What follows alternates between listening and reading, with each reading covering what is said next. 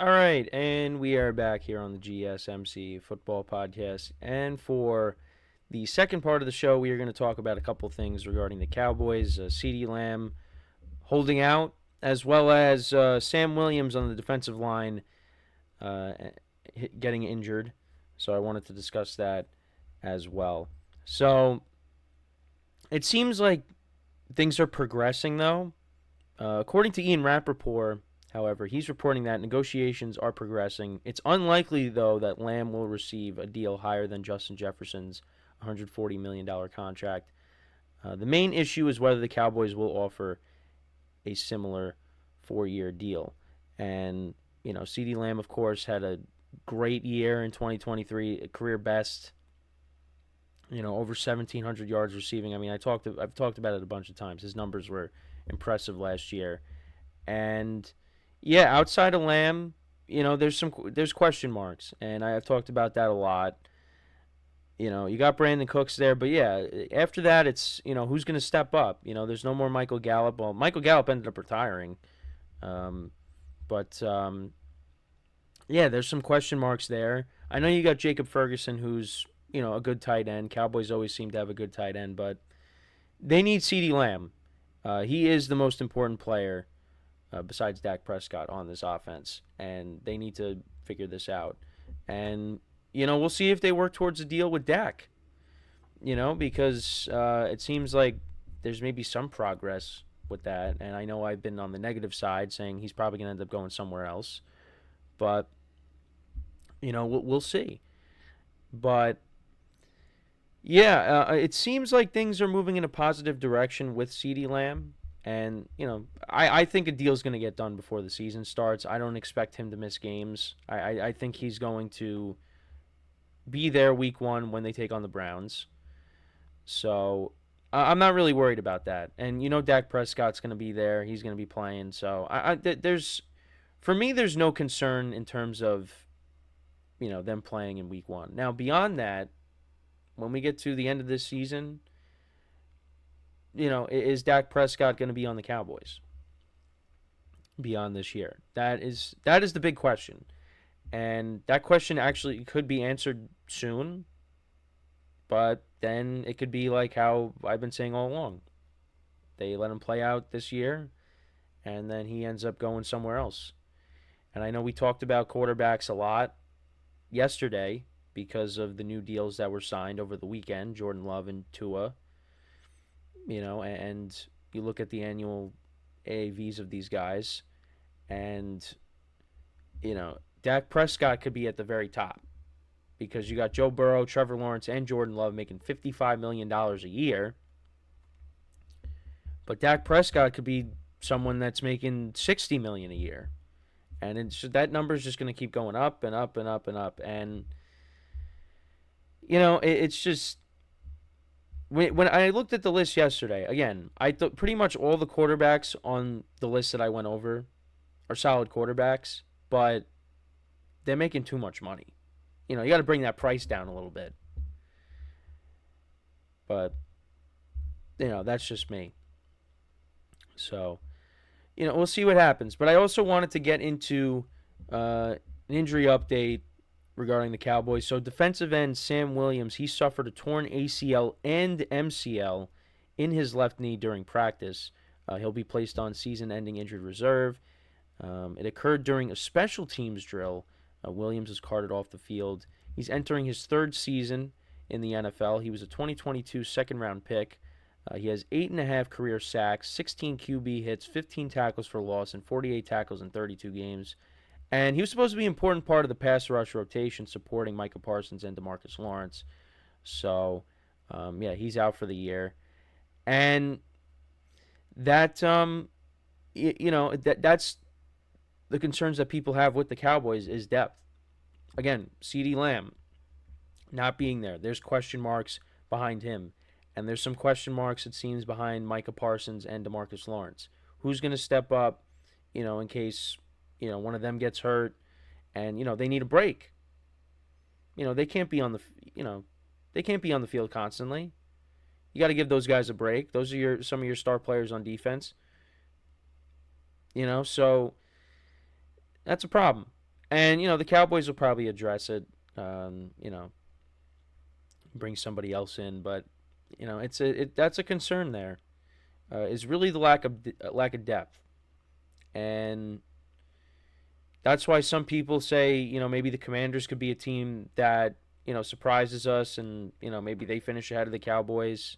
Because I know there are some people that are high on the Commanders. I'm still skeptical because I think their defense still needs improvement, although they did make moves to improve it. But I don't know. I think they still got some things to work on. I think the offense could be pretty good. If Jane Daniels ends up being the guy, they got a pair of good running backs. You got Terry McLaurin. So they do have weapons on this team. I don't know. I don't know. I still think the Cowboys are, a top 2 team in the NFC East. I don't think they're just gonna, fall out of it. Now, if injuries start to stack up, and CeeDee Lamb holds out, and Dak Prescott doesn't play well, yeah, then we can have a different conversation. But yeah, I just am not of the mindset that the Cowboys are going to be this third place team now. But there are concerns there. There are concerns. Is the depth. And, if the Cowboys got to start diving into their depth, if guys are getting hurt, then that's going to be an issue. And on top of that, the running back situation. There's nobody that really jumps out at you right now. They bring back Zeke, but, he's not the same player he once was. So the Cowboys do have some issues. There seems to be a lot going on. Well, I mean, there is a lot going on because they're trying to figure out how to, sign Prescott and CeeDee Lamb to long-term extensions, and then they're going to have to work on Micah Parsons. So, but like I said, at least things are moving in a positive direction because you cannot go into week 1. You cannot go into the regular season without your best receiver. Because, I mean, look, Brandon Cooks is a good receiver, but he's not a number 1 option anymore. And then you're going to ask all these young guys to step up. So, it's going to be interesting how the Cowboys are going to look when the season starts. But I have no doubts that CeeDee Lamb is going to get a deal done before the season. He's not missing any games. Could I be wrong? Absolutely. But I'm of the mindset that he's going to play in week 1, and they're going to be fine. But they just got to hope that nothing happens to him because, they don't really have a loaded receiving core outside of him. They don't have an embarrassment of riches at receiver at the moment. But, young guys could step up. We'll see. But that's really my thoughts on that. And then, on the defensive side of the ball, yeah, your depth's getting hurt. Sam Williams is going to be a guy that's going to come in, give Dexter Lawrence, DeMarcus Lawrence a break, or Micah Parsons a break, but you lose him.